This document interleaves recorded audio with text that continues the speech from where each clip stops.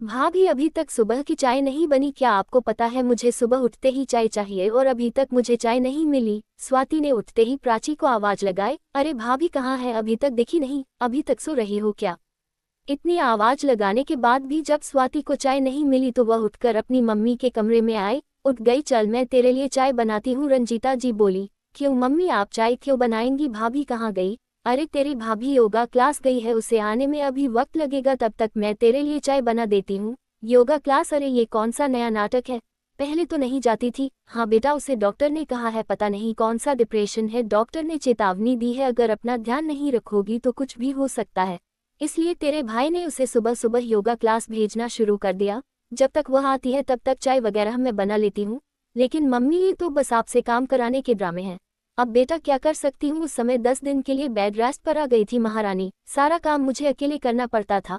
फिर मुझे लगा कि सारा काम करने से अच्छा सुबह की चाय बनाना है। अब वो सारा दिन ठीक से काम करती है, मुझे सब पता है, ये घर से बाहर रहने के चोचले हैं। अब मैं आ गई हूँ मम्मी, आप मुझ पर छोड़ दो, मैं सब सही करके जाऊंगी, आप बैठो मैं चाय बनाकर लाती हूँ। थोड़ी देर बाद, अरे दीदी आप उठ गई, अच्छा है आपने चाय पी ली वरना आपको देर हो जाती। मैंने तो अब चाय पीना छोड़ दिया है, ये नींबू पानी पीती हूँ। अच्छा बताए नाश्ते में क्या खाएंगे, प्राची ने योगा क्लास से आते ही पूछा। इतने समय बाद प्राची को फिर से नई नवेली लड़की की तरह चिकते हुए देखकर स्वाति के तन बदन में आग लग गई। उसे समझ नहीं आ रहा था, बुझी बुझी सी रहने वाली सबके काम करने वाली भाभी इतना कैसे बदल गई। भाभी नाश्ते में आप डोसे बना लो, फिर खाने में कढ़ी चावल और मिक्स वेज बना देना।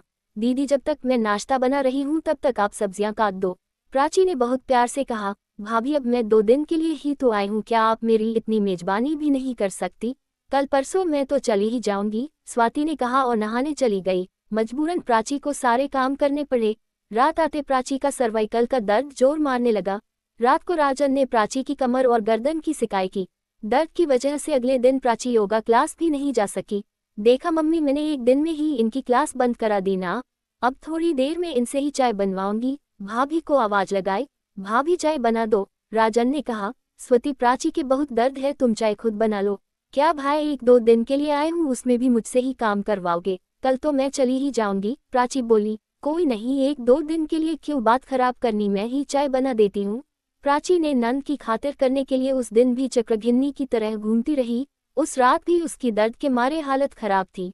राजन बहुत गुस्सा हुआ, तुम औरतें खुद ही अपना ख्याल नहीं रख सकती, अरे एक ही बार बात खराब होगी, बार बार की परेशानी से तो बचोगी। मुझे अपनी बहन की आदत पता है, वह अपनी ससुराल से काम से बचने के लिए हर महीने 2 महीने में यहाँ आ जाती है। जब तक तुम्हारा दर्द थोड़ा कंट्रोल होगा वह फिर आ जाएगी, फिर हफ्ता उसकी खातिरदारी करोगी, फिर उसी जगह पहुँच जाओगी। तुम्हें अपना ख्याल खुद रखना होगा, कोई दूसरा नहीं समझेगा। राजन की बात सुनकर प्राची सोच में पड़ गई। कह तो राजन ठीक ही रहे हैं, लेकिन मैं क्या करूं, इस तरह बहन को कैसे नाराज कर दूं। अगले दिन फिर वही हाल रहा। राजन ने स्वाति से कहा, तुम तो आज जाने वाली थी, कोई बात नहीं, आज तुम काम कर लो, प्राची की हालत बहुत खराब है। अरे भैया आज मेरे पैर में मोच आ गई इसलिए नहीं जा पाए, अब वहां जाकर काम कैसे करूंगी, इसलिए 1-2 दिन और रुक कर चली जाऊंगी। राजन ने माँ की तरफ देखा लेकिन वह चुप थी। अगले दिन प्राची स्वाति और सास को चाय बनाकर देने उनके कमरे में गई तो स्वाति अपनी माँ से कह रही थी, देखा माँ, जो आप ना कर सकी मैंने 2 दिन में कर दिया, अब देखो मैं 1 हफ्ते तक नहीं जाऊंगी, अब पता लगेगा सुबह सुबह काम छोड़कर योगा क्लास कैसे जाते हैं, मेरी मम्मी को काम में लगा रखा था। प्राची ने सुना तो चुपचाप वापस आ गई। उसे बहुत दुख हुआ जिस सास नंद के लिए उसने अपनी बीमारी की परवाह नहीं की, वह उसको ऐसे बेवकूफ़ बना रही है। प्राची रसोई में गई और उसने वो चाय फेंक दी। थोड़ी देर में स्वती की आवाज आई, भाभी अभी तक चाय नहीं आई। दीदी आज आप चाय खुद ही बना लो और मेरे लिए भी बना देना। क्या भाभी, कल तो मैं चली जाऊंगी, 1 दिन और मेरी खातिर नहीं कर सकते आप। दीदी ये लीजिए, मैंने आपका बैग पैक कर दिया, आपको रोज अपना बैग करने में परेशानी हो रही थी, आप रोज कह रही थी कि कल चली जाऊंगी, इसलिए आज मैंने ही आपका बैग पैक कर दिया। मम्मी जी मैं योगा क्लास जा रही हूँ, नाश्ता आकर बनाऊंगी, कहकर प्राची बिना रुके वहां से चली गई। देख लिया बेटा, मैंने तो पहले ही कहा था कि अब वह बेवकूफ़ नहीं बनने वाली, तुम्हारी चाल तुम पर ही भारी पड़ गई। अब तो उसने तुम्हें बाहर का रास्ता भी दिखा दिया। मम्मी उसको आप लोगों ने मजबूर किया है, अगर स्वाति थोड़ा सा काम करवा देती तो क्या बिगड़ जाता। आपको भी पता है कितनी मुश्किल से प्राची ठीक हुई थी, मेरी सारी मेहनत पर ये पानी फेरने चली थी, अब भुगतो खुद, अपनी खातिर करवाना भी आना चाहिए तभी खातिर हो सकती है वरना नहीं। स्वाति और रंजीता जी को समझा गया था कि अब उनका ये ड्रामा नहीं चलेगा, बहू भी इंसान है और यह उन्हें समझना होगा। अगर हमारी आज की कहानी पसंद आए हो तो चैनल को सब्सक्राइब करें। धन्यवाद दोस्तों।